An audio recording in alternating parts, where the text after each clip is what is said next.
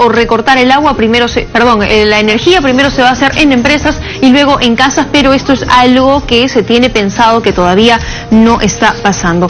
Voy a hablar ahora de otro tema bastante importante que tiene que ver con las construcciones en nuestro país. Probablemente si no hubieran tantas construcciones no eficientes, informales en nuestro país, pues la situación no fuera tan catastrófica como la que estamos viendo, pero eso nos lo va a decir nuestra invitada, que es Shirley Chilet. Ella es exdecana del Colegio de Arquitectos. ¿Cómo está? Bienvenida. Muy buenas tardes, Tatiana.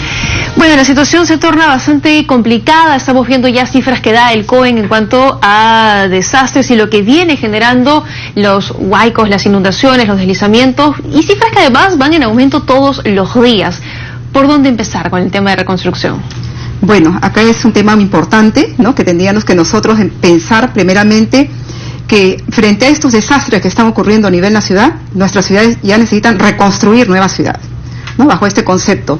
Tenemos que apostar por una planificación coherente, ¿no? Una planificación ordenada, con visión de desarrollo sostenible, pensando a futuro, no pensando en el corto plazo. Las autoridades tienen que estar comprometidas con ello. Estos hechos que estamos observando en estos días no es de ahora. Esto viene de muchos años atrás, del año 83, del año 98, posteriormente ha venido el terremoto de Pisco. ¿Y qué cosa de mejoras hemos hecho frente a estos desastres que han pasado? Las ciudades siguen iguales, colapsando sus desagües, no tienen drenes para descarga de aguas fluviales. Es que las viviendas también colapsando. Claro, pareciera que no hemos aprendido, y los casos que tú das son casos bastante concretos, ¿no? Estamos viendo la situación en Piura, una ciudad que ya ha pasado por esto. Sí, bien, lo de hoy es mucho más fuerte, pero ya se han vivido fuertes lluvias, ya se han vivido fenómenos del Niño, y hoy tenemos una ciudad con un sistema de alcantarillado colapsado, no hay un sistema de drenajes, las casas se desploman, y es una ciudad también, solo por poner ese ejemplo, porque es la constante en casi todo el Perú, una ciudad que ha crecido de manera desordenada. Lo mismo sucede en Lima, que es la capital además. Efectivamente, Tatiana, podría decirte que el 80% de viviendas en todo el Perú es por autoconstrucción, ¿no? O sea, no hay una supervisión técnica, constructiva, en todo su proceso. ¿Qué quiere decir? Y eso es lamentable. Mismo construye el propietario con asistencia seguramente de un maestro de obra, pero no de un profesional calificado, ¿no? No hay un ingeniero civil ni un arquitecto que esté diseñando justamente la vivienda, ¿no? Pero por otro lado, llama la atención también de las autoridades, Tatiana, porque estos desastres que estamos ahora evidenciando no es de ahora, viene de muchos años, y las autoridades no han debido permitir la ocupación en estos terrenos de riesgo. Sin embargo, esto es como un círculo vicioso. Pasa el hecho, pasa el desastre y nuevamente permiten que se asienten, ¿no? Entonces las autoridades acá tienen una responsabilidad muy fuerte en todos estos desastres que estamos hoy en día viendo en muchas ciudades del país. Por supuesto, y justamente hoy respecto a ese tema, el Ministerio de Vivienda estaba diciendo, bien, le vamos a pedir a todas las municipalidades que sea obligatorio que tengan un mapa de riesgo, para que la población justamente sepa dónde puedo construir, dónde está totalmente prohibido construir, pero lo cierto es que según las cifras de Capeco que estaba viendo, se construyen al año 30.000 viviendas informales. Eso es muchísimo de lo que estamos hablando. Gente, como tú dices, que se apropia de un terreno, construye y al final, lo peor de todo, es que termina pagando impuestos, termina teniendo agua, luz. Lo que pasa es que el gobierno local posteriormente lo regulariza, saca amnistías. Entonces ya la población está acostumbrada a ello, a invadir terrenos y luego sabiendo de que el gobierno local más adelante le va a dar el reconocimiento. O sea, acá hay una culpa de la autoridad, ¿no?, local que tiene que asumir este compromiso. Y mira, en la ley orgánica de municipalidades, en la ley de gobiernos regionales, nos habla de la planificación. Ahí están los instrumentos de planificación que ellos tienen que realizar, ¿no? En las provincias tienen que hacer sus planes de condicionamiento territorial, en los distritos sus planes de desarrollo urbano, centros menores, sus esquemas de ordenamiento urbano. ¿Cuánto de estos municipios, de estas municipalidades tienen hoy en día sus instrumentos de planificación?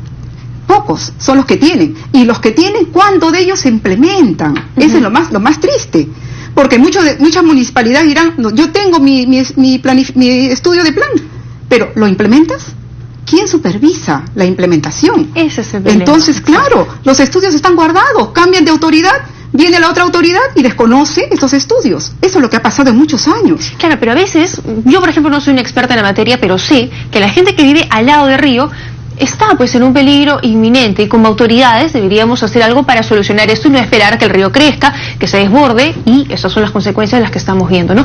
¿Qué frente a esta situación, frente a este panorama, ya hay toda la historia que muy bien nos has detallado, qué tienen que hacer ahora las autoridades? Mira, acá hoy en día tenemos que pensar ahora, pasando los desastres, de aquí un par de semanas, 3 semanas, esperemos que esto ya se corte.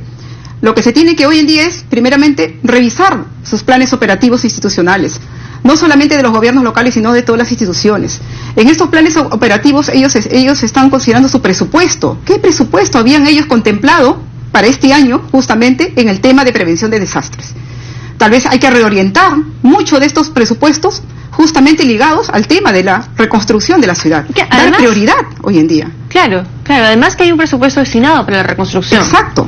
¿No? Que tanto se ha empezado, incluso no solamente de ahora, de los años anteriores también, de los gobiernos atrás, que han hecho con ese presupuesto, cómo se ha ejecutado, ¿no? El desarrollo de la ciudad. Lo cierto es que hoy el daño está hecho y ya hay que mirar hacia futuro. No podemos simplemente levantar casas por levantar, simplemente por hacerlo, porque tenemos que pensar que todos los años vamos a sufrir lluvias, todos los años vamos a tener huaicos, y tenemos que hacer pues ciudades que estén construidas de manera ordenada y eficientes, que puedan al menos resistir un poco más estos embates naturales. Tenemos que pensar hoy en día en ciudades resilientes, ciudades que estén preparadas justamente para resistir y dar rápidamente una reacción rápida, ¿no? Frente a estos temas de desastre. La población también tiene que trabajar de la mano con el gobierno local para estos temas. O sea, tiene que asumir este compromiso y estar informados. Porque si no están informados, pues pasa lo que está pasando. Claro. Que no, por falta de información comienzan a ocupar áreas no aptas para uso urbano. Y el gobierno local no hace nada para sacarlos. Por el contrario, muchas veces le facilita o le promete servicios, acceso a los servicios, cuando incluso ni se puede llevar a cabo. Claro. Pero hay otro tema también importante, Tatiana.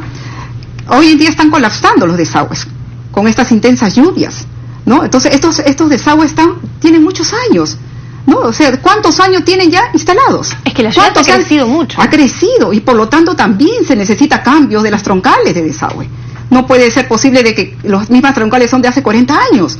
Por eso están colapsando. El crecimiento en la ciudad es dinámico, no es estático. Por lo tanto, la ciudad va creciendo. Y tanto también se requiere no solamente cambio en las tuberías de desagüe, sino también en los equipamientos también que requiere la ciudad. Equipamientos de educación, salud, recreación, que también es una carencia hoy en día. Por supuesto, lo que pasa es que, por un lado, también, volviendo un poco a lo que decías al inicio, también es un tema no solo técnico, no solo de que los ingenieros actúen en ese lugar, que sí, por supuesto, es muy importante, sino también es un tema de educación, ¿no? De saber educar a la población y decidir, puedo construir mi casa aquí, no la debo construir aquí, porque esto me pone en riesgo a mí y a mi familia entera. Y luego, estas son las situaciones. Vemos gente que en Lima y en varias ciudades del país construyen en cerros, y la ciudad, pues, en general el país está construido de una manera desordenada. O sea, esto es algo que ya se está viviendo desde hace años y, pues, que nos está trayendo consecuencias el día de hoy. Pero, Tatiana, esto ya se evidenciaba, no es novedad. ¿Cuántos años venimos hablando de lo mismo? Venimos hablando de cuántas viviendas se encuentran localizadas en terrenos no aptos para uso urbano. ¿Qué se ha venido haciendo para reubicar estas viviendas? Que hoy estamos lamentando justamente cómo han colapsado y muchas personas damnificadas hoy en día sin vivienda. ¿Qué cosas se ha venido trabajando? Hoy en día ya tenemos que pensar en una nueva visión de futuro, tener ciudades sostenibles al futuro. Pero también acá hay un tema muy importante que debemos considerar como propuesta, el tema de la movilidad. Tenemos que pensar en el tema de la movilidad urbana sostenible, que significa también el transporte. Si bien es cierto, el transporte es parte de la ciudad, también cómo minimizamos esta contaminación que genera el transporte, claro, contaminación ambiental que afecta la calidad de vida del ser humano, y también los espacios que necesita la persona para poder desplazarse en una ciudad. Vemos en muchas ciudades que ni siquiera hay veredas para que la persona pueda circular. Caminamos a la par con el vehículo. Entonces nuestras ciudades no están planificadas correctamente, no tenemos una planificación coherente, y es lo que está faltando acá, Tatiana, también. Bien. Es una ley de ordenamiento territorial. El Perú no cuenta con una ley de ordenamiento territorial, es básico, importante. Por supuesto. Tenemos una serie de leyes procedimentales de otros niveles, tanto regionales y locales, pero no tenemos una ley de ordenamiento territorial que es importante. Shirley, nos han quedado todavía muchísimos temas, pero muchas gracias por habernos acompañado. Tenemos que irnos de inmediato hasta Trujillo porque se está registrando el deslizamiento de un nuevo huaico. Hasta ahí está nuestro compañero Mariano Calvera. Vamos con él, adelante.